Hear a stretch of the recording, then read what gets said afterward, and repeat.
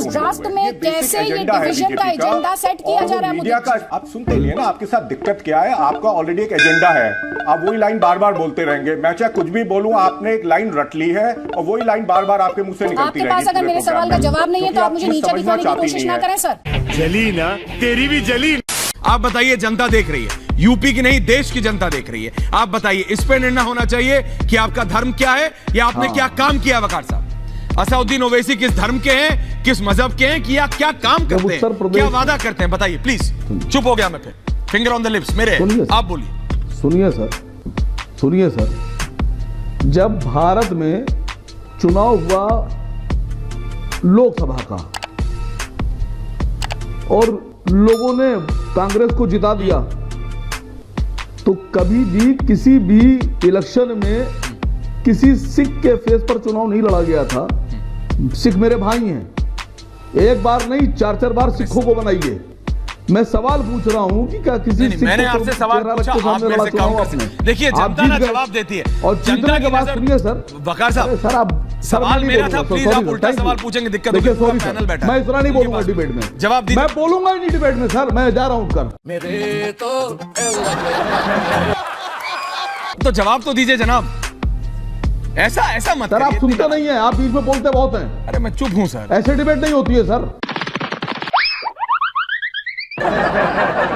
अरे कौन डिबेट, कोई आपसे सवाल ही नहीं। मैं आपसे पूछ रहा हूं कि अगर मैंने 20% का सवाल उठाया है तो आपके पेट में दर्द क्यों हो रहा है? वकार साहब, क्या आप जब रैली करेंगे यूपी में, या जब आपके शीर्षतम नेता असदुद्दीन ओवैसी आएंगे, तो क्या वो काम की बात नहीं करेंगे? क्या वो ये नहीं करेंगे कि वो यूपी की जनता को क्या देंगे? क्या आप सिर्फ एक खास वर्ग का वोट मांगेंगे और ये कहेंगे कि हम सिर्फ एक मजहब नहीं? सुन ली, सवाल तो पूरा होने कर लिया आपने जनाब अली, सवाल तो पूरा होने। कौन से काम की बात आप कर रहे हैं? बात तो ये हुई थी कि 350 रुपए का गैस सिलेंडर बेचेंगे, 900 रुपए का बिक रहा है। हाँ, तो इसमें सवाल नहीं करते। बात तो ये हुई थी कि 65 रुपए का तेल बिकेगा, पेट्रोल 65 रुपए में बिकेगा, 100 रुपए में बेच रहे हैं। क्या इसकी बात हुई थी? आप पैकेज चलाते हैं, आप सवाल नहीं पूछते। बात तो ये हुई थी कि 2 करोड़ लोगों को नौकरी दी जाएगी हर साल। आप इस पे सवाल नहीं उठाते, आप पैकेज चलाते हैं सरकार का।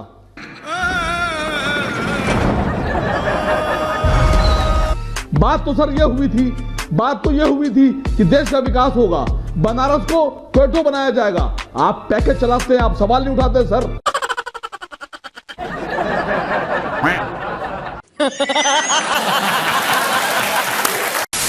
ये बीच बीच में आप सिलेंडर भी लेकर उठाने लगते हैं सर, कहते हैं महंगाई भी सरकार की सबसे बड़ी ये है, तो एक पॉलिटिकल चेहरा भी बीच बीच में आपका दिखता है। रुको जरा, सब्र करो। क्यों? जब अच्छा, सिलेंडर में पॉलिटिकल चेहरा दिखता है। जब सिलेंडर के पैसे घर से जाते हैं तो पॉलिटिकल चेहरा हो गया। क्यों? सिलेंडर को पॉलिटिकल है, महंगाई को पॉलिटिकल है। डीजल भी चाहिए हमको, पेट्रोल भी चाहिए, गैस भी चाहिए। महंगाई बढ़ रही है, अगर हमने महंगाई की आवाज उठा दी तो पॉलिटिकल हो गया। गजब बेइज्जती है। और पॉलिटिकल हो गया तो हम वोट देते हैं, तो हमें पॉलिटिकल ही मान लो। वोट भी तो देते हैं। जब वोट चाहिए, जब हम पॉलिटिकल नहीं है, जब वोट देनी हो, वोट मांगते हैं गांव से, तो हम पॉलिटिकल नहीं। अगर हमने गैस का सिलेंडर और महंगाई कह दिया तो हम पॉलिटिकल हैं। बहुत बड़ा गणित भाग है तो यहाँ पे दिल्ली में। म्यूजिक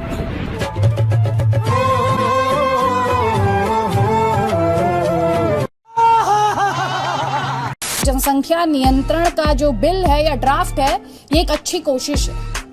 नहीं, ये घटिया ड्राफ्ट है। अच्छी कोशिश कहाँ है? जिसके आधार पर कोई आंकड़ा नहीं है, ये घटिया ड्राफ्ट है। ये मैं कह रहा हूं कि आप किसी अच्छे प्रयोजन में जाइए तो कम से कम नियत तो साफ रखिए।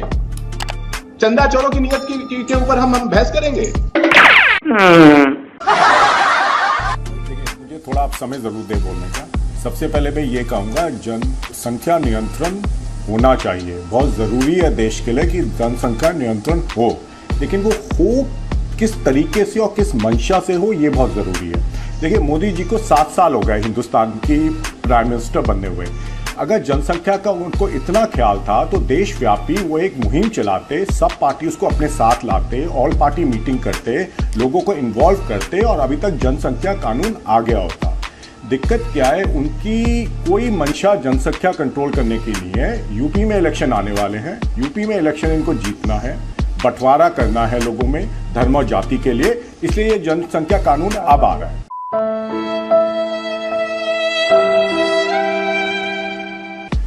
घनश्याम तिवारी जी ने बिल्कुल ठीक भाई किस डेटा पे आप कर रहे हैं, जरूर डेटा आप प्रेजेंट कीजिए, लोगों के इनपुट लीजिए, साइंटिस्ट से बात कीजिए, पूरे इसके सारे परिप्रेक्ष्य देखिए और फिर एक कानून लाइए, लेकिन वो कानून देशव्यापी लाइए ना।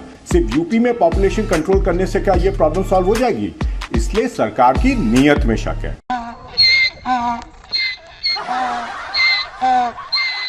7 साल से कुछ नहीं किया, सिर्फ यूपी में क्यों?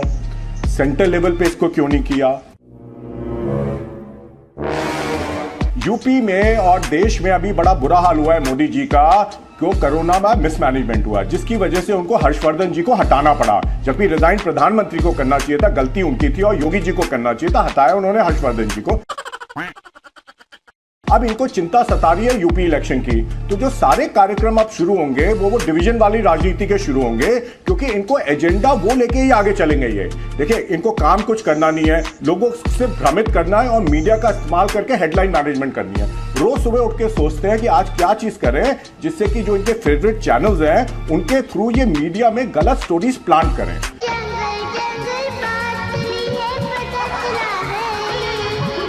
देखा आपने लापरवाही का नतीजा। मैं दोबारा से कहता हूँ पॉपुलेशन नियंत्रण होना चाहिए, लेकिन वो मैंने तो ऐसा कुछ नहीं बोला।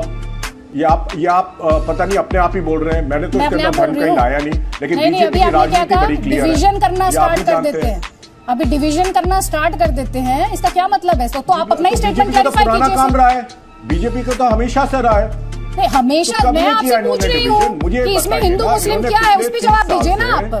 रुको जरा, सब्र करो। उस ड्राफ्ट में कैसे ये डिवीजन का एजेंडा सेट किया जा रहा है? मीडिया का नहीं है ना, आपके साथ दिक्कत क्या है, आपका ऑलरेडी एक एजेंडा है, आप वही लाइन बार बार बोलते रहेंगे। मैं चाहे कुछ भी बोलूं, आपने एक लाइन रट ली है।